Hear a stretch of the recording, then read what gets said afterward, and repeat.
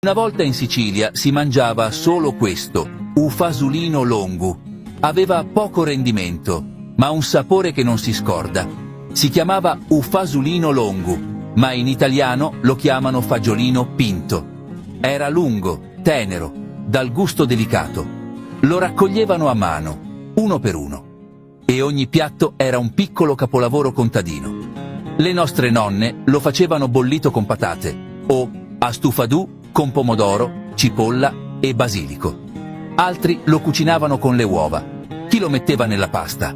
Ogni casa aveva la sua ricetta e ogni piatto raccontava una famiglia. Poi è arrivata la modernizzazione e il fasulino longo ha cominciato pian piano a sparire. Adesso non si vende più, solo qualche vecchio contadino lo produce per uso personale troppo delicato. Poca resa, ma un gusto che nessuno dei fagiolini nuovi sa imitare.